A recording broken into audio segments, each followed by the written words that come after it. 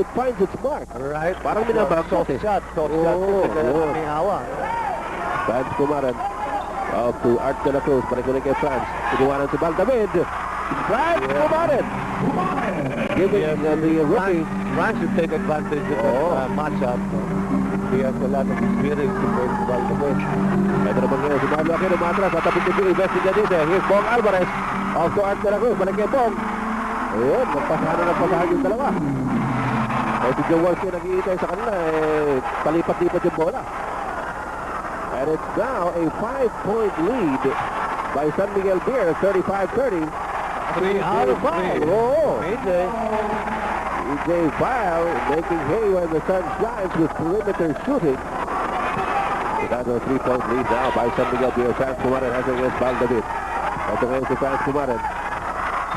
Another foul, yes. Alam mo, hindi malaman ni Baldavid kung paano niya babantayan dito. So the veteran giving the rookie a lesson or two. Ito po, makikita ninyo. Kumagat si Baldavid. Wala na, committed na siya. Himabol pa. Pinalo pa niya. Oo. At sa kasalukuyan po, medyo kinakausap ni Sonny Jaworski si Baldavid. Binibigyan ng konting pointers on what to do in such situation. Right. Basic rule niyan, Ed, is hindi naman sila magkakalayo ng height. Halos pareho lang ito. Oo. So, dapat huwag kang tumalon sa mga fake talaga. Just raise around that good. Kung tumira man, ilang naman lang. Another interception by Franz. Ako, grabe ginagawa ni Franz dito kay Baldavid. Franz Pumaran, sumaksak, pero naagaw ni Vince Cleason. Binigay kay Jaworski. Jaworski to the front court, directing operations for Ginebra San Miguel.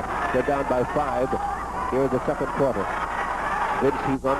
Don't believe to go, trying to push EJ out of position, but he's still there and blocking him, but it's a foul. Oy.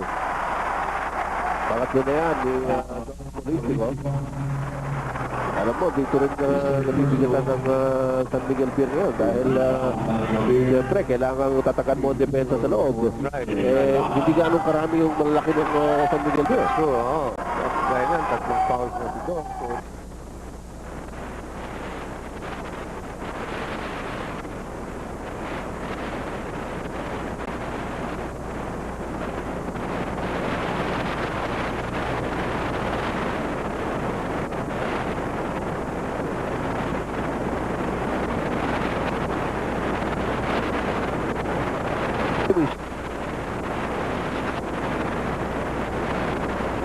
na ginanap sa Paskuhan Ganit sa ating mga kabalin. Abangan niyo ini. Samahan niyo ang ating mga VJs na sina Lee Laureano at Raymond Trinidad sa MVTV 10 p.m. dito sa VTV Primetime Network. Ayun. Sunod-sunod po yung mga handong sa amin namin dito sa IBC 13. Still a 3-point lead by San Miguel Beer. Here in the second quarter, open shot by Franz Pumaran. Jaworski with a rebound. Agustin from behind. Baldavid has it. Oh, nice pass. Yes. Great pass break play by Ginebra San Miguel. At ang lamang po ng San Miguel Beer, natapyas na. Isa na lamang. Kanina po, umabot yan sa 5 at 35-30. Now it is 37-36 in favor of San Miguel Beer. Pumaran, rather Agustin against Jaworski. Brigadite.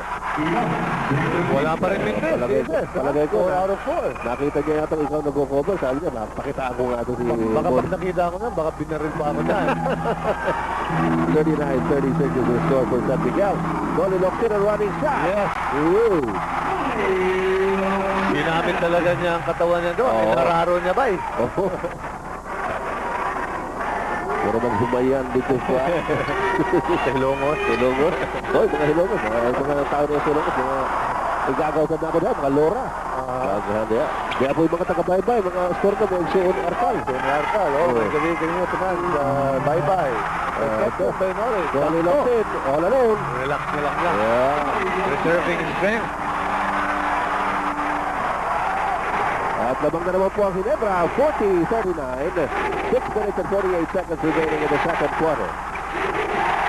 Ito na po yung mga Ginebra fans getting into the ball game with their chanting.